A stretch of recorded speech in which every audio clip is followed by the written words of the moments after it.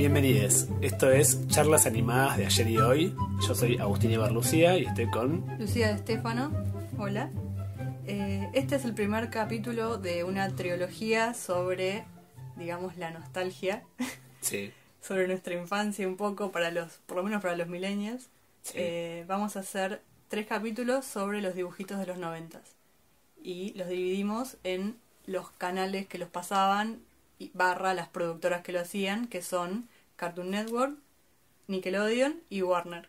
Claro, había más canales y más productoras, Claro. pero estas 3 son las que encontramos que, digamos, se alinean canal y productora Sí.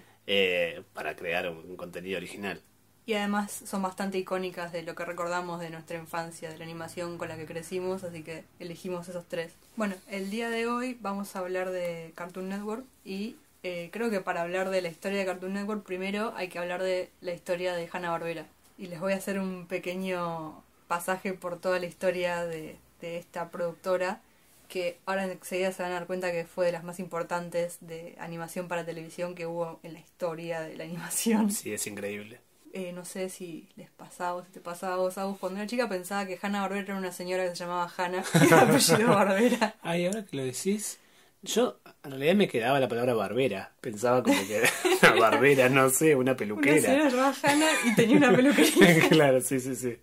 En eso pensaba. Claro. No, bueno, en realidad no. Eran estos 2 señores, se llamaban William Hanna y Joseph Barbera, que trabajaban para la Metro Goldwyn Mayer, claro, para la parte de animación de la Metro en los 40s, que fue como la época dorada de un montón de dibujitos que conocemos, como, no sé, bueno, Tom y Jerry eran de la Metro. Claro, Tom y Jerry, de hecho, cuando decís Hanna-Barbera y Metro, pienso en cosas diferentes. Por un lado, sí. Metro Goldwyn Mayer, pienso en Tom y Jerry. Claro. Recuerdo que empezaba con el león. Y Hanna-Barbera pienso más en Yogi, claro, o en otros. Bueno, pero hay una distancia de bastantes años entre un, claro, dibujito y el otro. Estos 2 señores, William y Joseph, eran socios de la Metro. Entonces en el 57 ellos 2 se fueron y crearon ahí Hanna-Barbera. Se llevaron a todo su equipo de animadores y cosas, como se independizaron y empezaron a hacer ahí todas las series que pasaban en Cartoon Network, porque las vimos ahí nosotros, claro, pero que nuestros padres vieron en otros lados y que nuestros abuelos también vieron en la televisión. Sí. Y les voy a empezar a nombrar una lista para que tengan una idea de lo grosos que eran. Por ejemplo, Huckleberry Hound, ¿te acuerdas? Sí, obvio. Los Picapiedras. Los Picapiedras fue la primer sitcom animada de la historia y, claro, además fue la primer serie animada que estuvo en horario de prime time. Y además es larguísima Los Picapiedras, ¿no? Es casi estuvo... como Los Simpsons. Sí, no tanto, porque Los Simpsons tienen un récord por eso, claro, pero estuvo muy cerca. Sí. Y fue esta la primera serie animada que estuvo en el prime time, que era rarísima. Y bueno, como que puso la animación en un plano de popularidad que nunca antes había alcanzado. Claro. Después, bueno, también hicieron Don Gato, Los Supersónicos, Johnny Quest, El Fantasma del Espacio, Scooby-Doo, Josie y las Gatimelódicas. Uf, tengo uno que... Los Superamigos. ¿Te acordás de los Superamigos? Los Superamigos. La Liga de la Justicia. Sí. Que eran los Superamigos. Era una cosa medio bizarra. Era raro, porque estaba Batman y Superman. Claro. Pero no, como que no participaban mucho. Sino, claro, que aparecían más los gemelos fantásticos. Bueno, los pitufos también. El oso Yogi, etcétera. Los pitufos no sabía que eran de Hanna-Barbera. Sí. Tuvieron una gran popularidad con todas estas series que sacaban. Se volvieron tan populares porque encontraron como el nicho, el espacio, que era el de la serie del sábado de la mañana, los dibujitos del sábado de la mañana. Sí. Que eran algo especialmente apuntado para chicos, que era el día que no iban a la escuela, se levantaban y miraban dibujitos, porque obviamente en los 50 no había un canal como Cartoon Network o Nickelodeon, claro, que pasaba dibujitos todo el día. Entonces los niños esperaban toda la semana para el sábado de la mañana a ver los dibujitos. Y durante esta franja de años, más o menos desde los 50 hasta los 80, fue lo más popular. Y fue donde toda la producción de Hanna-Barbera brilló más. Claro. Después ya en los 80 ese sector horario, digamos, cayó un poco. Empezaron a aparecer los canales de cable que pasaban más cosas de animación, o empezó a aparecer animación en otros horarios y decayó eso, y también ahí decayó un poco el estudio. Claro, de hecho creo que en esa época cada canal tenía una especie de variedad de programación muy grande, porque tenían desde dibujitos hasta noticias, claro, hasta novelas.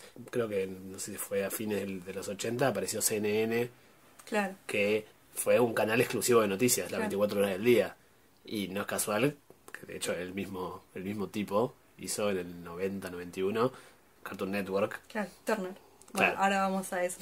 Bueno, pero sí, fue la aparición de todos los canales de cable especializados. Claro. O sea, para cada cosa había un canal. En su momento, en los 50 cuando arrancaron, por más populares que eran, no tenían el mismo presupuesto que tenía una serie live action. Que aprovechamos para decir esto live action, vamos a llamarle a todo lo que no es animado a partir de ahora, porque Claro, siempre sí. siento que estamos aclarando como, bueno, grabado con actores, filmado, no sé qué, live action, digamos. Sí. ¿Qué significa eso? Con actores reales, no a ningún tipo de animación. Una serie de live action tenía un presupuesto que era muchísimo mayor a una serie de animación con la misma duración. Claro. Y los ejecutivos, todavía con un prejuicio a la animación, a pesar de que era ya súper popular, les daban capaz el mismo presupuesto que tenían para los cortos cinematográficos que duraban 8 minutos para una serie de 24 22 minutos. Entonces tuvieron que a ingeniárselas para poder seguir haciendo el contenido sin ir a pérdida. Y empezaron a utilizar la técnica, o no sé si llamarle técnica, pero como la trampa de la animación limitada. Ajá. La animación limitada, ¿qué es? Y les va a sonar un montón cuando lo empiece a describir porque lo vieron y todavía lo seguimos viendo. Es como animación en modo ahorro de energía, una cosa así. Es usar pocos cuadros por segundo para animar. Normalmente, para los que no lo saben, la cámara de cine graba 24 cuadros por segundo, que significa que saca 24 fotografías del movimiento. Eso después se pasa a una velocidad que genera la ilusión del movimiento. Se puede animar a 24 dibujos por segundo. Sí. Es un montón. Pocos lo hacen porque es mucho trabajo. Se anima normalmente a 12, 16. Bueno, estos usaban 6, 8 cuadros por segundo. Ajá, claro. Muy pocos. Y Después, Bugs Bunny, digamos, en Bugs Bunny se usaban 12. claro. Ah, O ok. tal vez 24, no lo sé. Claro. Pero sí. Se notaban los movimientos fluidos, como muy buen detalle. Sí, Acá ya era una cosa más de movimientos más duros, más repentinos, claro. que saltaban de una cosa a otra. También se reutilizaba mucho loops de animación. Por ejemplo, los personajes corrían y dibujaban una caminata, una corrida y la repetían. Sí, típico. Típico. También Sí. lo que se repetía eran los fondos. Ya el chiste es que es infinito. Que se repite Que siempre el pasa fondo. el mismo árbol en la misma casa. Bueno, Sí, eso sí. es gracias a la animación limitada. Claro. Que dibujaban un fondo y lo reutilizaban hasta que se agotaba. También era usar mucho el sonido en off y la pantalla en off. Por ejemplo, venía corriendo, no sé, el personaje y salía de cuadro y de repente la pantalla temblaba y veías un humo que salía del costado. Claro. Entonces se ahorraban animar todo el choque con la explosión y qué sé yo, y lo resolvían con un ruido de explosión y un humo y la pantalla temblando. Y además eso, hasta podría decir que es más gracioso porque tenés en tu imaginación cómo fue el choque, Claro. en vez de ver un choque que por ahí termina siendo mediocre. Se tiene que animar un choque y es muy difícil de hacerlo, tienen Claro. que hacer un montón porque es para televisión y qué sé yo. Si realmente lo hacían por ahí salía mal. Bueno, pero yo creo que todo esto de la animación limitada generó también un lenguaje que hoy en día reconocemos como un tipo de lenguaje de cartoon, de Claro. caricaturas. Claro. Bueno, no son los japoneses los genios Bueno, de la animación limitada. El anime para mí abusa un poco de la animación limitada. Recordemos, no sé, Dragon Ball, que están 20 capítulos con la cara quieta, en primer plano de Goku haciendo con la boca así. Bueno, pero entras en el código ese Sí. y estás bien. Sí. Obviamente Bueno, pero sí. lo que tiene el anime es que uno recuerda esas intros increíbles con un montón de acción y después mirás el capítulo y decís, nada se mueve, simplemente son fondos que se trasladan o que hay zooms Claro. Y son imágenes quietas. y voces. Ni siquiera lo decía, lo pensaba lo Es que estaba increíble. haciendo para no mover la boca. Es el colmo de la animación limitada para mí el anime. Bueno, siguiendo con la historia de Hanna-Barbera, en los 80s, como la animación en general tuvo una decaída muy grande por un poco, creo yo, por la llegada del anime a Occidente, que fue como una gran competencia, pero también porque empezaron a hacer muchos dibujitos que eran pensados para vender juguetes, tipo He-Man, Transformers. Claro. Esas cosas eran tretas de marketing de las compañías de juguetes. Sí. Y eso también era la calidad que tenían. Era una cagada, digamos. También había muchas versiones como infantiles. Hanna-Barbera empezó a hacer esto. Versiones infantiles de shows que ya eran populares, como por ejemplo, no sé, Scooby-Doo chiquitos, cosas así. ¿Eso es en los 80? Sí. Ah, se hubiese pensado que era de los 90. Scooby-Doo chiquito. No, porque en los 90 ya como... Sí, como vamos a hablar ahora, en los 90 pasaban otras cosas. Pasó a otra cosa. Claro. Porque en los 90 se vendió a Turner. Claro. ¿Cómo se llama el tipo que tenía Turner en esta época? Yo lo vi hoy, Ted Turner, Ted algo. Turner de apellido seguro. Era el señor Turner. El señor Turner, bien. Bueno, el señor Turner compró Hanna-Barbera porque necesitaba el contenido para pasar en su canal que quería armar solamente de animación, que era Cartoon Network. Claro. Y ahí llegamos a lo que nos compete el día de hoy. Sí, pensar en empezar un canal con todo lo que tenían de Bugs Bunny y todo eso de Warner, todo lo de Hanna-Barbera con Yogi, con todos esos personajes. Claro. Es un montón de contenido. Claro. Les convino y dije, bueno, quiero pasar dibujitos. ¿Quién tiene mayor cantidad de dibujitos de toda la historia? Bueno, Hanna-Barbera, comprémoslo. Sí. Que ya estaban encima en las últimas. Y convivían en el mismo canal esos colores, esas imágenes de los 50 hasta de los 80. Claro. Y era muy notorio. Yo de chico veía Bugs Bunny y no me imaginaba que era algo de los 50. Claro, sí. Porque estaba en un canal que yo veía en la tele y convivía bien. Sí. Sí, yo creo que tardé mucho en darme cuenta de lo viejos que eran los dibujitos que me... Tipo, los picapiedras. Sí. Son de los 50 y es una locura eso. Aparte porque envejecían bastante bien. Sí. Eso era lo más loco. Bueno, en su momento, el jefe de animación de Turner era un señor que tal vez les suene, si leyeron alguna vez algo, que se llamaba Fred Siebert. Fred Siebert hoy en día es el dueño y creador de Frederator, que es la productora de, por ejemplo, Hora de Aventura. Listo. Fred Siebert en ese momento, que era jefe de era presidente, nunca había producido nada de animación y sin embargo era presidente de animación de Turner. Se le ocurrió hacer, siguiendo un poco el modelo de los animadores que se habían independizado en los 50 de las grandes productoras. Claro. O sea, en los 50 lo que pasaba, y todavía hoy en día obviamente, lo que pasa en las grandes empresas de animación y de cine es que se baja mucha línea de contenido y hay muy poco control creativo que pueden alcanzar los creadores, los autores y los guionistas y los animadores. Claro. Entonces en los 50 hubo un grupo, el grupo UPA, se llamaba. De hecho, habría que hacer un capítulo particular para UPA. Estaría buenísimo. Bueno, anotado para la próxima.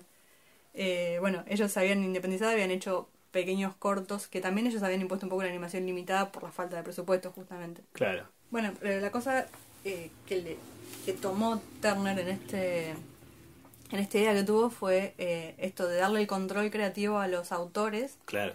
Y dejar que cada uno hiciera un corto, y con eso hizo un programa que se llamaba What a Cartoon. Claro. O también tenía otro nombre que era World Premiere Cartoons. Claro. Nosotros lo vimos como Cartoons.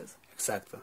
Era cortitos, piloto o no, porque no se sabía si iban a llegar a algún lado, que duraban 7 minutos aproximadamente y los mismos animadores producían, escribían, dirigían, y era eso, como una marca de autor muy presente. Claro, entonces teníamos en Cartoon Network todo lo de Hanna-Barbera, lo de MGM, lo de Warner, y de repente el sector Cartoons, que son los cartoons de Cartoon Network, básicamente, ¿no? Que todavía se hacía Hanna-Barbera. O sea, eran producción de Hanna-Barbera, pero especialmente para Cartoon Network. Claro. Y eran, bueno, de ahí, si todavía no se dieron cuenta, de ahí salieron todos los dibujitos de los que vamos a estar hablando hoy. Por ejemplo, El laboratorio de Dexter, La chica superpoderosa, Johnny Bravo, Coraje el perro cobarde, La vaca y el pollito, etcétera. Hasta los Padrinos Mágicos salieron de ese... mira. Pero es en otro canal. Claro, para nosotros en otro canal. Sí. Bueno, esa es un poco la historia que conecta Hanna-Barbera con Cartoon Network. Claro, bueno. Y ahí la presidenta de Cartoon Network de los 91 hasta 2001 fue Betty Cohen, que fue la que impulsó todo esto. Y después del 2001 fue todo podríamos decir la debacle de Cartoon Network hasta que llegó Hora de Aventura. Bueno, pero en el 2001 vendieron Hanna-Barbera, lo absorbió Warner, y la producción que hacía Hanna-Barbera para Cartoon Network pasó a los estudios de Cartoon Network.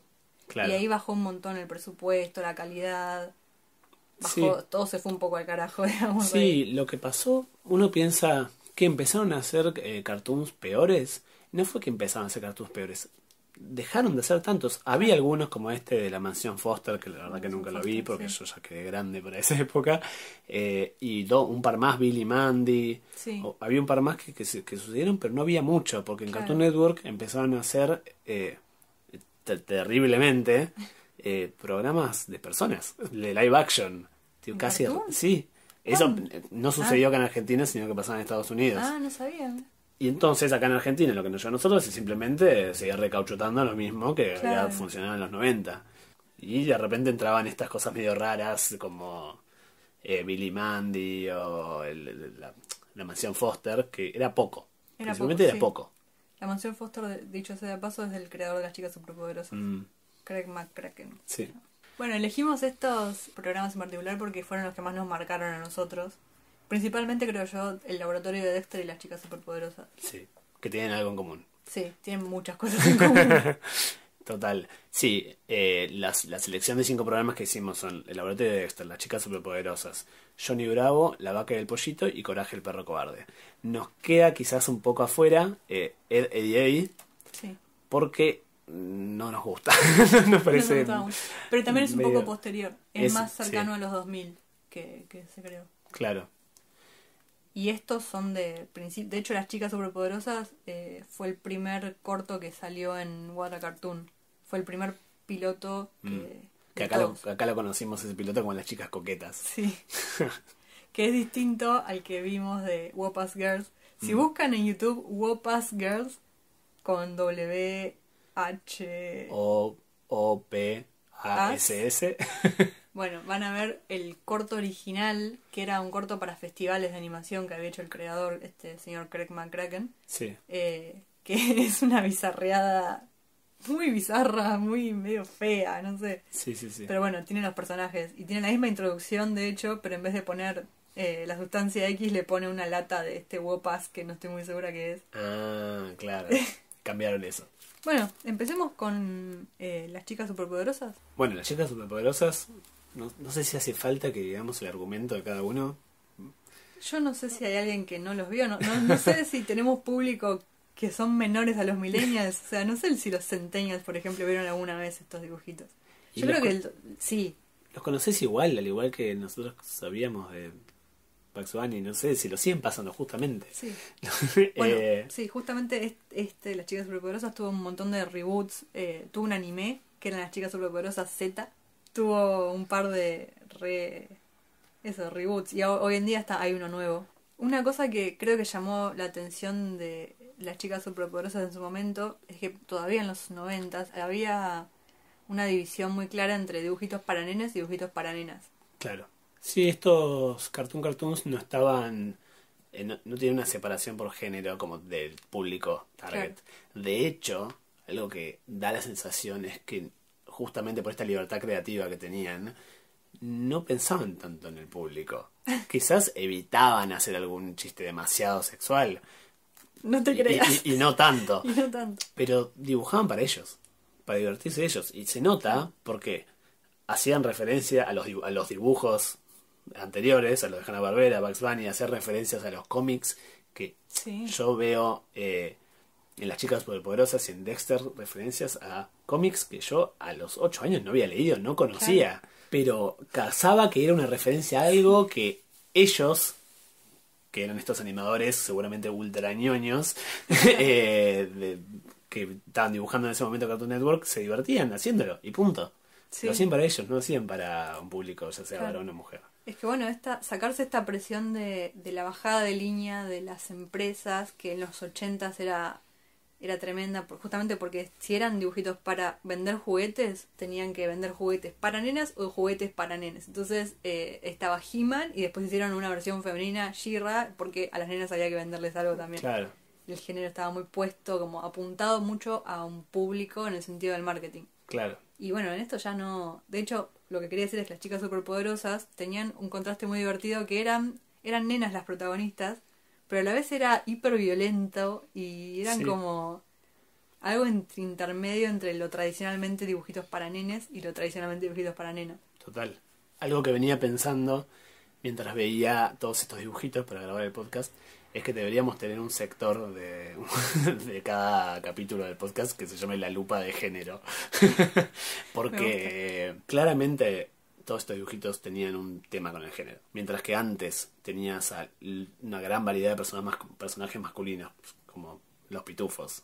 Sí, Es el bueno. pitufo músico, el pitufo inteligente, el pitufo dormilón, el sí. pitufo viejo, está la pitufa. Como si la mujer fuera una variación del canvas en blanco que es el varón. En cambio las chicas superpoderosas ya son 3 chicas y tienen 3 personalidades diferentes. Sí, no digo que eran lo más progre del mundo, porque hoy claramente Claro. ya sabemos que incluso eso todavía estaba en unos pequeños pasos. Sí. Pero estaba muy bien. Pero estaba muy bien. Y yo me identificaba con Bellota. Porque era el tipo de chica que me gustaba, el tipo de persona que yo quería ser. Como esa feminidad que también tiene una fuerza. No sé. A mí me gustaba Burbuja, por ejemplo. Claro. Y el nivel de voz agudo que estaba a un paso de ser nada más escuchado por los perros. Sí, sí. Me Es encantaba. impresionante la voz de Burbuja. Y bueno, también era muy interesante pensar en el padre / tutor de ellas, el profesor Utonio, Sí. que era un padre soltero de alguna manera y se encargaba de criarlas y cuidarlas. Y no era tan común ver como un modelo de familia de un padre soltero. Pero sí, es cierto eso. Y también había personajes muy buenos como la asistente del alcalde. La señorita Velo era una joda a la mina que solo importa el cuerpo. Pero Entonces, era re inteligente, viéndolo era- de vuelta ahora. Era re inteligente y no la escuchaba Nadie la mucho. escuchaba, era Y de tremendo. hecho le resolvía todos los problemas al alcalde y el alcalde después pensaba que había sido su idea. La señorita Velo decía, ¿para qué llamar a las chicas superpoderosas? Y el alcalde dice, uy, qué buena idea que tuve, llamar a las chicas superpoderosas. Y Era la muy señ- bueno en ese sentido. Pero claramente era una joda muy grande Claro. a eso, a ese tropo de los superhéroes y de los cómics en los que dibujan son chabones que dibujan minas que son tienen esos cuerpos Claro. y no importa nada más. Ni siquiera tenía cara la señorita Belén. Eso era muy gracioso. Sí, sí. Nunca se le veía la cara. Era un cuerpo la mina nada más. Sí. Y sin embargo era la que siempre se daba cuenta de las cosas, la que era más viva que todos los demás, la que... Sí, el primer capítulo de todos, que, insisto, el primer capítulo que aparece en la lista de capítulos, por ahí no es necesariamente el primero que produjeron, sino el primero que se transmitió. Se trata sobre que hay una banda de convictos que se escapan, se disfrazan de las chicas superpoderosas. Nadie los reconoce, nadie se da cuenta que son unos tipos todos peludos y grandotes que tienen unos disfraces Con una cabeza malísimos. gigante. Sí, sí, de hecho hay memes al Hay respecto. memes. Hay cosplays. Hay que cosplay, son no. hermosos, son hermosos. Y la señorita Velo es la única que se da cuenta y les dice a las chicas superpoderosas, sí, estos tipos me dijeron preciosura. Y las chicas superpoderosas se dan cuenta que la única persona que escucharon decir preciosura fue estos tipos, entonces van y los atrapan. Sí. Y Bombón dice, este es la única persona que diría semejante barbaridad a una mujer. Claro, algo tan denigrante. Claro, Lo dice con esas palabras. Dice tan de, el primer capítulo Sí. están quejándose de esos piropos, de ese acoso, y resuelven el caso por esa palabra. Sí, sí, sí. Bueno, para hilar un poco las chicas superpoderosas con los demás, a mí particularmente de estas 5 selección de programas que hicimos, los que más me gustan son las chicas superpoderosas, Dexter y Coraje, más que Johnny Bravo y La Vaca y el Pollito. Y me puse a pensar qué tienen en común los tres, y creo que los tres hacen todo el tiempo parodias o comentarios sobre diferentes géneros. Las chicas superpoderosas, obviamente, sobre el género de superhéroes. Sí. Y De- ¿sabes qué? También sobre el anime para mí Sí. y sobre el cine de exploitation de los 70s. Tiene mucho, además de que el estilo de dibujo tiene mucho, pero de los 60s y 50s, como esos dibujos medio educativos de los 50s, que eran muy simplificados y geométricos así. Sí, Tiene mucho claro. de eso, pero a la vez tienen como una música, hay capítulos específicamente que tienen como la música y como tienen como un groove, las cosas, que es muy setentoso de gente resolviendo crímenes en los 70s. Sí, total. Y de anime tienen un montón. Por ejemplo, Mojo Jojo, Sí. para mí estaba disfrazado de Piccolo. Mojo Jojo, de Piccolo, sí, total. Es igual, Sí, es igual, sí, sí. es como un homenaje. Y además tienen mucho de... Es el teléfono que suena, el pip, pip, es como casi el teléfono de Superagente 86 Sí, o Batman. Sí, y después Dexter es sobre ciencia ficción sí. y Coraje el perro cobarde sobre terror. Lo que decía de Mojo Jojo, tiene mucho de anime viéndolo de vuelta me di cuenta que tiene muchos, así los fondos de repente se pasan a una cosa como toda roja, como un dibujo rojo con unos rayos blancos, no sé qué, y es esa imagen fija y está el personaje diciendo lo que va a hacer, y eso es re de anime, es como Mojojojo diciendo, qué bueno que conseguí esta gema porque ahora voy a poder hacer mi arma para no sé qué, todos esos momentos de explicación, de exposición que re obvios, son muy clásicos del anime y del villano de anime. Además cada villano era un tipo de villano. Mojojojo es el villano super genio que hace robots y tiene herramientas. Después tenés el diablo, que es él. Era rarísimo. Que era increíble ese personaje, hablando del tema de género, que era un personaje queer. Pero era medio problemático que fuera el malo para mí. Era medio problemático, estoy totalmente de acuerdo, pero de nuevo es como un tropo medio de los 90, en realidad viene mucho antes, del personaje gay, villano, siniestro, pervertido, como esta mentalidad de que en la homosexualidad hay algo perverso. Me parece que eso es un problema, que no lo manejaron muy bien. Era muy perturbador ese personaje. Sí, era muy perturbador. Y de hecho, el mismo tipo de personaje está en La Vaca del Pollito. Había un diablo que también era como afeminado y extraño. Igual todo en La Vaca del Pollito era demasiado extraño. Eso sí. También pensaba en el narrador de Las Chicas Superpoderosas. Ay, me encantaba. La ciudad de Saltadilla. Me hacía reír mucho el narrador. Pero era muy inteligente. Yo de chico claramente disfrutaba mucho más de una serie que jugara y hiciera comentarios sobre la animación. Más allá que yo era chico y no conocía mucho de ese mundo, no entendía que había una reflexión. Mucho más que otras cosas más tontas, que no había reflexiones, simplemente historias, como vos decís, para varones o para mujeres y punto, y para vender juguetes.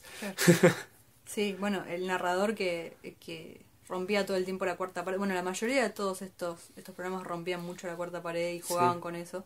Pero el narrador, me acuerdo que de repente interrumpía el capítulo y hablaba sobre, o decía, uy, ¿cómo van a salir las chicas superpoderosas de esto? No sé, uy, yo sé lo que estás haciendo, mojojojo, como que le hablaba a los personajes, a veces los escuchaban los personajes, a veces no.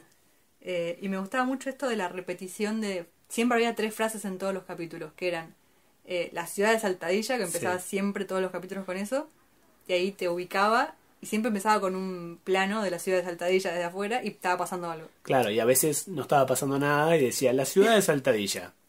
Bueno, eso es todo. Y mientras tanto en la casa de las chicas superpoderosas. Bueno, esa era la primera frase. Después, en un momento, siempre las chicas superpoderosas agarraban al villano y decían, no tan rápido, tal villano, no tan rápido, mojojojo, no tan rápido, no sé quién. Siempre lo mismo. Y también muchas veces hacían chistes con eso, con esas repeticiones. Y después el último era, todo estaba bajo control gracias a las chicas superpoderosas, que era como cerraba. Sí. Y siempre... y ese gag del final iba cambiando. Gracias a mojojojo. O gracias a bombón nada más, porque las otras dos no ayudaron. Y van haciendo chistes sobre eso. Claro. Bueno, unas cosas que decíamos que tenían en común con Dexter es que Genndy Tartakovsky, que es el creador de Dexter, dirigía muchos capítulos de las chicas superpoderosas y escribía, y estaban... De hecho, si buscan en internet van a ver que en muchos capítulos aparece Dexter. El dibujito de Dexter. Sí. Ahí como en el fondo, es un compañerito de jardín. Es un compañerito de jardín, sí. Sí, hay teorías de que pasan en el mismo universo y cosas así. O también aparecía de repente en los capítulos de Dexter o de las chicas superpoderosas aparecían Supersónico y Pedro Picapiedra. Sí, aparecían personajes de Hanna-Barbera, sí. Porque los tenían. Claro, los podían usar. Bueno, hablando de Dexter, esto que me interesa sobre el laburo con los géneros, si las chicas superpoderosas jugaba con esto del anime y los superhéroes, los monstruos, Dexter jugaba con la ciencia ficción y los diferentes tropos de la ciencia ficción, como por ejemplo hay un capítulo que se llama Mamá Robot, que la mamá está enferma, entonces él tiene que crear una mamá de robot, que es el robot de Metrópolis. Sí, es igual. Es increíble. Y después hace otra, porque el control de ese robot lo toma Didi, entonces él arma otra mamá robot, que es otro tipo de robot, un robot más setentoso. Sí, es como un mecha, es todo muy de anime. Sí. Sí. Después también tiene una Stargate, tipo Stargate Atlantis, ¿cómo se llama? Un portal, tipo Stargate Atlantis. El del monstruo de viajes en el tiempo. Exacto, ese. Es excelente, ese capítulo. Sí. Bueno, una cosa que tenían los capítulos de Dexter que era distinto a las chicas superpoderosas eran que eran de 7 minutos. había 3 capítulos de 7 minutos por cada capítulo de 22, que era el total. O sea, un capítulo contenía 3. Claro. En cambio, las chicas superpoderosas tenían 2 de 11. Las historias de Dexter concluían cuando ya la cantidad de gags que tenían para hacer con eso era suficiente. Claro. Tenían, bueno, Mamá Robot, un montón de chistes con Mamá Robot, y bueno, y terminaba. Se nos sacaron los chistes, sí. Listo, se me acabaron chistes. Las chicas superpoderosas me parece que había una conclusión. Era más atrapar al villano del capítulo. Claro. Y en Dexter, en estos capítulos que eran de 7 minutos, que eran 3, siempre el del medio no era de Dexter, sino que era de una de 2 cosas. O de Monkey, que era un superhéroe, Sí. o de los amigos justicieros, que eran otros superhéroes. Entonces ahí ves como cuál es la relación con Monkey, la relación entre la ciencia ficción y los superhéroes. Claro. Que es íntima, es como cuántos superhéroes. Hay algunos que quizás se hicieron superhéroes por algo mágico. Pero después hay un montón de otros superhéroes que por alguna mutación genética, algo, una araña te picó, lo que sea, te volviste superhéroe por eso. Y Monkey es eso. Y además el chiste es que es el superhéroe más fuerte del mundo, del universo, y es un monito Que no habla. que hace no ruiditos nada habla, más. le encantan las bananas, tiene una relación de amor con una mina Rarísimo, Sofilia full. que es muy graciosa. Hay un capítulo que ella lo invita a comer a su casa y están tirados en la cama y tipo como que acaban de comer, ¿no? Y ella le dice, Comer, uy, sí. sí. Así le dicen ahora. Ella le dice, ¿te gustó eso, Monkey? Y Monkey dice, sí. No, O no, le eso dice, sí. Es un mono, es rarísimo. Es un mono. Rarísimo. y ella está re enamorada de Monkey. Turbio. Sí. Border. Y Monkey en inglés es Dial M for Monkey, que es un chiste a Hitchcock, la película Dial M for Murder. Claro, qué niño que veía a Dexter en los 90 había visto a Hitchcock. Claro. ¿Para quién hacían ese chiste, no? Total. Bueno, y los amigos de la justicia eran claramente... O sea, hoy en día todos conocemos a los Vengadores, pero en los 90 Sí. No.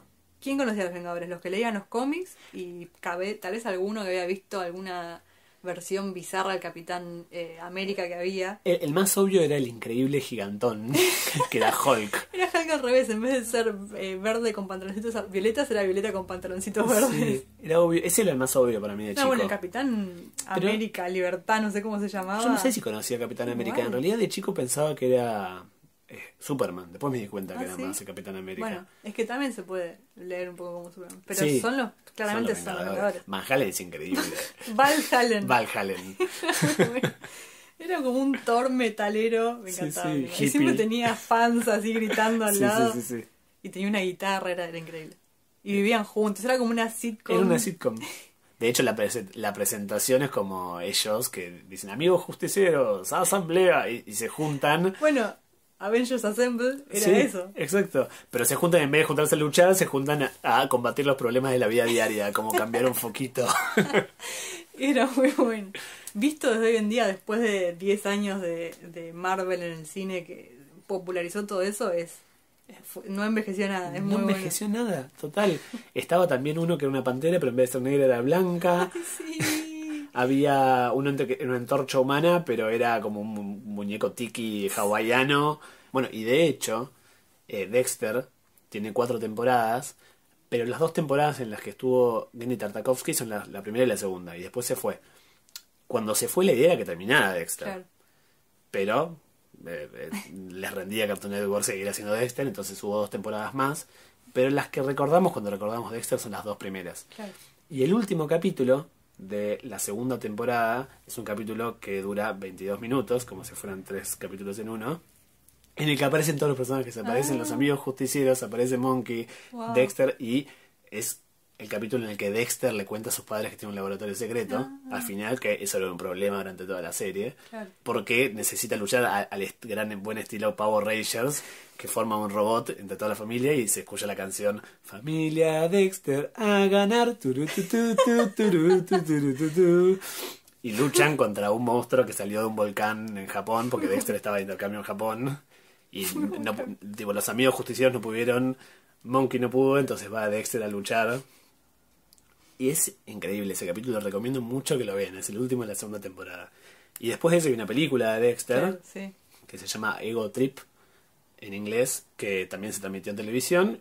Y después vienen las temporadas oscuras. Claro, que esas ya eran, que ya tenía la producción Cartoon Network en vez de Hanna-Barbera, que ya dejó de existir Hanna-Barbera Claro. como tal. Dexter tenía todas estas series, muchos momentos musicales también. De las chicas superpoderosas, no me voy a olvidar más de El amor hace el mundo girar, el capítulo en el que un mimo vuelve al mundo Gris. blanco y negro. Sí.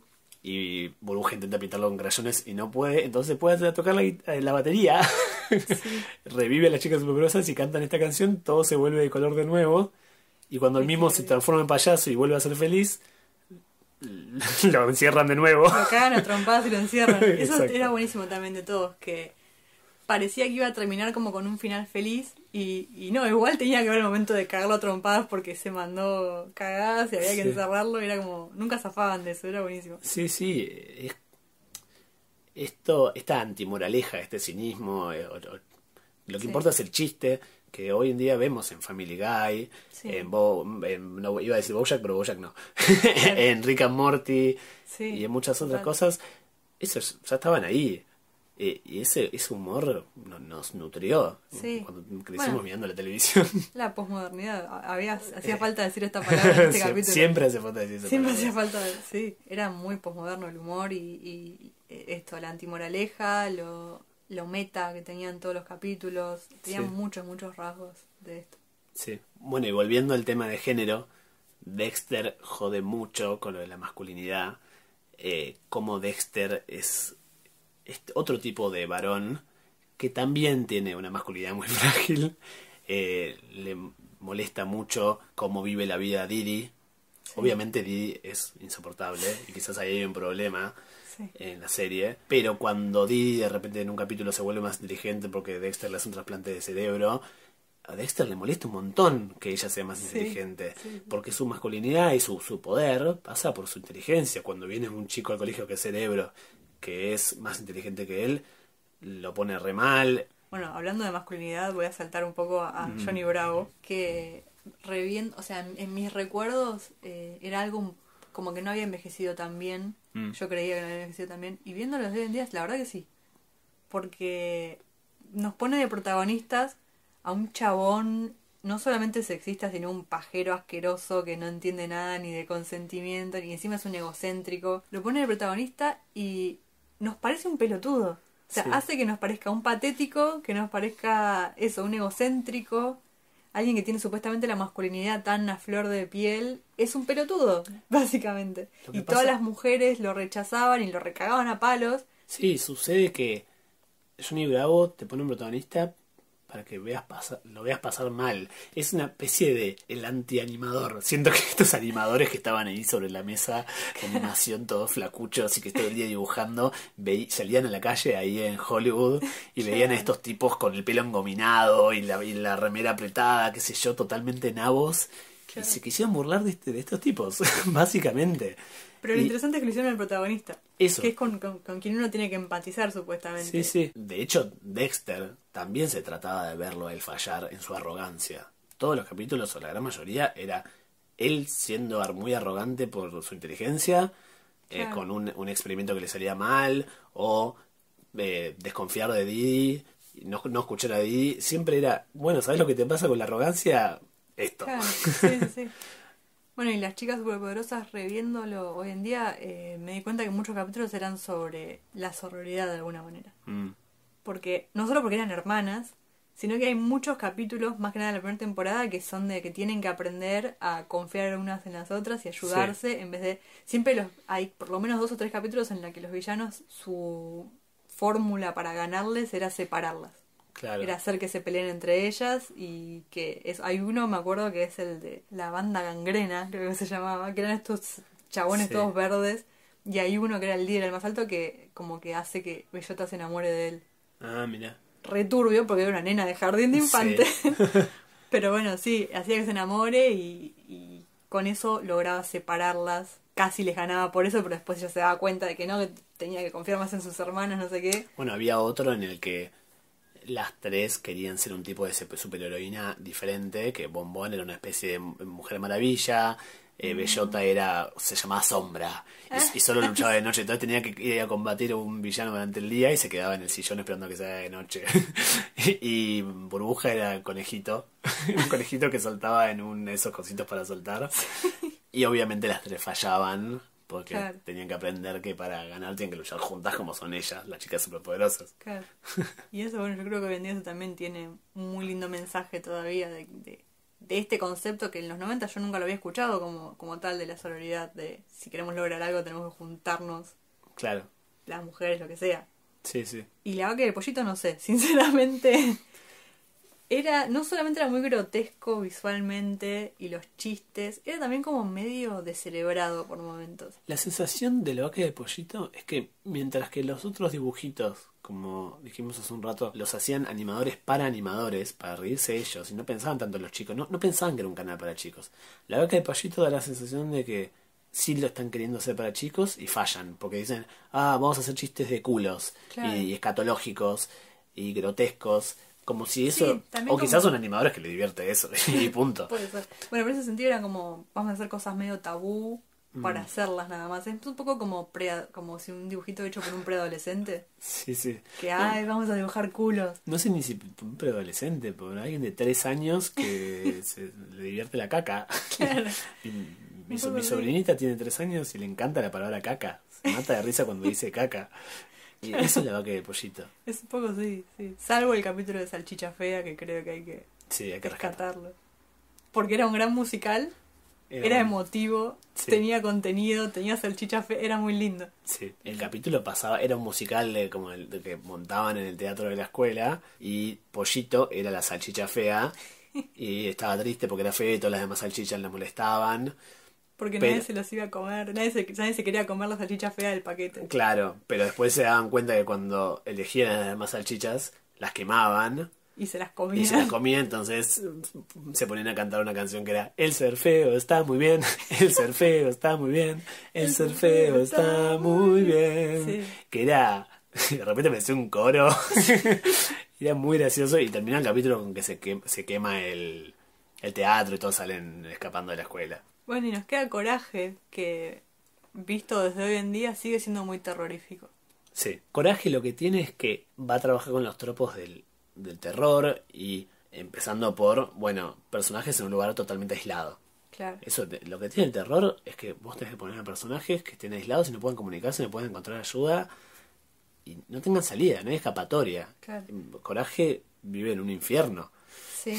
Bueno, sí, el piso es rojo, el cielo es rojo, la mayoría de las veces no hay árboles, no hay sol, no hay nubes, es todo como... Es como una especie de purgatorio en el que Sí. está atrapado, que podría ser una buena teoría.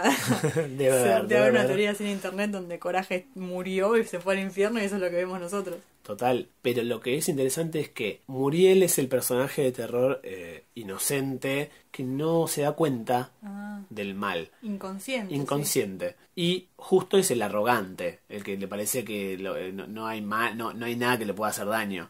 Y Coraje es como meter a un espectador, como meternos a nosotros adentro de una película de terror. El que vemos, es evidente que este personaje es sospechoso. De repente parece uno con una sonrisa re rara y todo verde y Claro. turbio. Y Coraje dice, esto es re sospechoso. Y está al principio del capítulo diciendo, che, ¿no se dan cuenta que este es claramente un monstruo? Y hasta que lo demuestra, porque el monstruo le hace rar, le hace una cara, entonces Coraje dice, uy, es un monstruo. Y ahora tiene que salvar a Muriel porque la quiere, pero no se puede comunicar porque es un perro. Es un perro. Justo Bueno, no le de hace hecho- caso. De hecho, en el piloto, no sé si el piloto, el primer capítulo, sí, creo que fue el capítulo que salió de Warner Cartoon, ese cortito, lo vi de vuelta hoy y es mudo. Es todo mudo el capítulo, no solo Coraje. Todo el capítulo es mudo, nadie habla. Ah, mira. Es muy lindo eso porque es de los únicos de todos, o sea, es el único de todos los demás que vi que usa a favor esto de la animación, que no necesitar de diálogo, que Sí. es algo que me encanta y que la animación tiene el poder de usar muy bien. Y además tiene mucho que ver con esto de que Coraje no se puede comunicar y es el capítulo que tal vez lo recuerdan, que es el de el pollo que viene de Marte o del espacio y que cae en la granja de Sí. estos señores y pone unos huevos rojos que se los hace comer. Y justo el viejo se transforma en un pollo gigante y se le quiere... Es muy horrible todo. Es muy Me da horrible. mucha impresión. Bueno, esto que decís de que es mudo el capítulo, creo que jugaban mucho a hacer capítulos especiales. Todas estas series. Sí.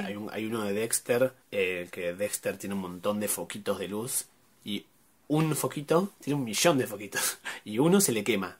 Y a él le pone muy, muy, muy, muy mal y va a la mamá con el foquito y se lo mueve hace chuc, chuc, chuc, chuc. Le muestra el foquito y en todo el capítulo Dexter no habla. Está totalmente callado impotente porque no sabe qué hacer de un foquito, entonces la mamá lo lleva a la ferretería, que es enorme y está lleno de gente, y él se pone mal y está buscando un foquito. Cuando por fin encuentra, hay una fila larguísima. Finalmente vuelve a su casa, cambia el foquito y le dice, bueno, en cualquier momento se te quema otro. Y termina el capítulo. Y es un capítulo raro, si lo ves. Claro, sí. Decidieron, bueno, Dexter no habla. Claro. Bueno, es un poco tal vez lo de las limitaciones que se ponen los mismos animadores. Hay un video de YouTube que es de el canal de YouTube sobre el lenguaje cinematográfico, que es Every Frame a Painting, que lamentablemente hoy en día y hace un par de años ya no está activo, pero es como, yo aprendí más ahí que en toda la universidad, y sí, real. Y hay un capítulo sobre Chuck Jones, que es un animador que animó Bugs Bunny, El Correcaminos, cosas muy icónicas, y bueno, habla todo este capítulo sobre cómo este señor, Chuck Jones, se ponía limitaciones, porque decía que cuando animás tenés en tu poder, o sea, podés hacer cualquier cosa que se te venga a la cabeza. No tenés limitaciones ni de espacio, porque puedes dibujar un personaje flotando en el espacio, no sé, puedes hacer algo mágico, puedes hacer lo que quieras, puedes hacer un conejo a hablar, porque es animación. Sí. Entonces, al poder animar todo, no sabes por dónde empezar, no sabes qué hacer, eso se puede agotar muy rápido. Entonces lo que hacía era pues esto, ponerse como reglas de esto lo voy a hacer, no sé, mudo, o esto voy a hacer que todos los personajes digan esta frase, o una cosa así. Claro. Bueno, de Omelette du Fromage. Bueno, sí. Es todo un capítulo en donde Dexter lo único que puede decir es Omelette du Fromage, y eso es una limitación muy buena. Sí. Son como ejercicios creativos muy buenos. Bueno, otra cosa que tienen en común, creo, todos estos programas de los 90 eran el lenguaje, como una especie de homenaje, y a la vez tomar el lenguaje de los toons clásicos de... Sí. No solamente esto que hablábamos de la animación limitada, sino como del tipo de exageración, sí. de que, no sé, se le salían los ojos a Coraje cuando veía un monstruo. Eso era muy de, no sé, El Coyote. Sí. Cosas así. Y de hecho, esto siento que es algo que vamos a tener que volver a hablar en el próximo capítulo cuando hablemos de Nickelodeon, porque lo primero que pienso cuando pienso en la diferencia entre Cartoon y Nickelodeon es en que los Cartoon Network hacía cartoons parecidos al Coyote, a los de Roger Rabbit, bueno, etcétera, mientras que Nickelodeon hacía personajes más humanos, con menos exageración, más que parecían series de live action pero animadas. Sí, totalmente. Entonces me parece que... Salvo Rocco. Pero sí, los demás... Creo que en el próximo capítulo vamos a tener que hablar de qué generaba eso, ¿no? En una animación más humana. Sí, cosas que podrían no ser animadas tranquilamente. Y igual estaba bueno, pero bueno, por otras razones, que se verán en el capítulo que nos van a tener que escuchar. Bueno, los padres. La paternidad y maternidad en estas series, bueno, como hablamos hace un rato de Las Chicas Superpoderosas, del profesor Utoño siendo un padre soltero, Dexter tenía dos padres que eran como estereotipos de la familia nuclear yankee, del padre que salía a trabajar y la madre que era una ama de casa con los guantes puestos todo el tiempo. Eso creo que era también como una especie de crítica. El personaje era con los guantes puestos de cocina. Claro, es que sí. También un poco jugaban con ese estereotipo que ya estaba quedando viejo hace 20 años, 30 años. Sí. Pero bueno, no sé, los padres de La Vaca y el Pollito eran iguales a los de Dexter, pero la mitad. Sí. Pero también eran tipo, la madre tenía un vestidito, el padre tenía pantalones, y comparar eso con los padres de Steven Universe o Clarence, por ejemplo, es otro mundo, es una diferencia, no sé, absoluta. Ya Steven Universe no hace referencia a modelos de paternidad o maternidad, no, el personaje de Steven Universe, que es el padre Greg, es Greg, y tiene sus características como ser humano, no como padre. Y después actuará de tal manera con Steven y punto. Mientras que los otros es arquetipo de padre, arquetipo de madre. Bueno, eso fue como un paso por Cartoon Network y fue una buena experiencia volver a verlo después de por lo menos 20 años que los miro ya con otros ojos y pudieron analizar otras cosas. No todos envejecieron mal, la mayoría no. Fue muy lindo. Sí, los mismos capítulos los iba viendo y de repente me encontraba prediciendo el chiste porque lo vi tantas veces de chico. Cada capítulo yo lo había visto 10 veces de chico, no sé. Entonces, de repente... Los repetían mucho. Sí. Los repetían mucho. Bueno. Los invitamos a escribirnos si tienen algo para contarnos, si quieren contarnos sus experiencias reviendo estos dibujitos de su infancia o si nunca los habían visto. Los invitamos a verlos y y contarnos qué les pareció. Nos pueden escribir al Instagram, tenemos un Instagram, Charlas animadas. Charlas Animadas en Instagram. Sí, sí, estamos creciendo, así que próximamente quizás tengamos mail, quién sabe, quizás Twitter. Por lo menos estamos en Spotify y en otras plataformas para escuchar. Y estamos intentando mejorar la calidad de sonido. Bueno, los capítulos, los 2 que vienen, van a ser sobre Nickelodeon y Warner, así que pueden rever cosas para prepararse para escucharlos.